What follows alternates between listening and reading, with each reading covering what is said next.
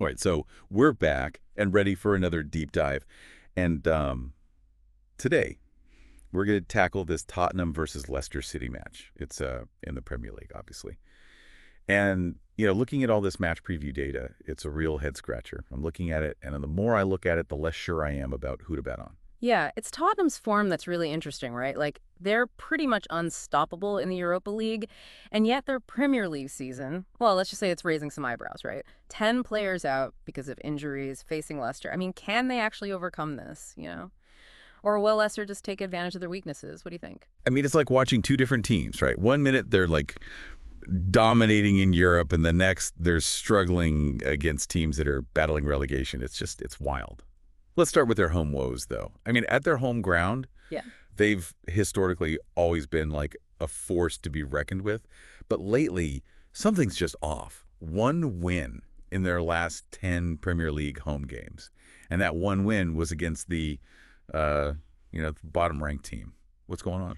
I mean, it really is a puzzle, isn't it? They've dropped points at home to teams like Ipswich and Wolves. I mean, these are not, by any stretch of the imagination, Premier League powerhouses, but it really does suggest that even with the home advantage right now, Tottenham they're vulnerable. Yeah, and Leicester, even though they're struggling too, they did get a draw against Tottenham earlier this season. They did. And for all the, football history buffs out there, the last time that Leicester City actually took points off of Tottenham twice in one single season, that was back in their, championship year, 2015-16. Wow. So, okay, now, Leicester's away record at Tottenham Stadium is historically pretty bad. I mean, 5 losses in their last 6 visits, right? Yeah. But like you said, they got that draw earlier this season.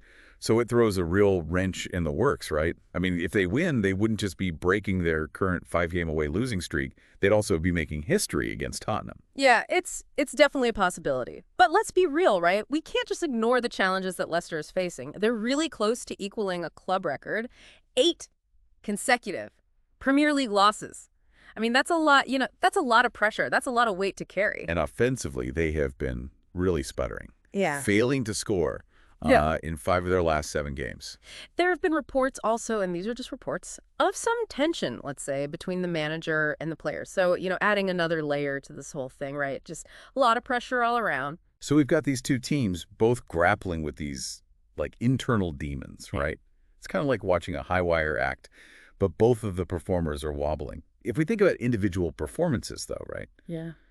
Like, who are the players that could really make a difference here? Who should we be watching? Well, on Tottenham's side, you got to watch Dejan Kulusevski. I mean, this guy he's on fire. He scored in 7 of his last 13 appearances. Wow. That's pretty impressive. I noticed, though, that Tottenham only won 3 of those 7 games where he scored.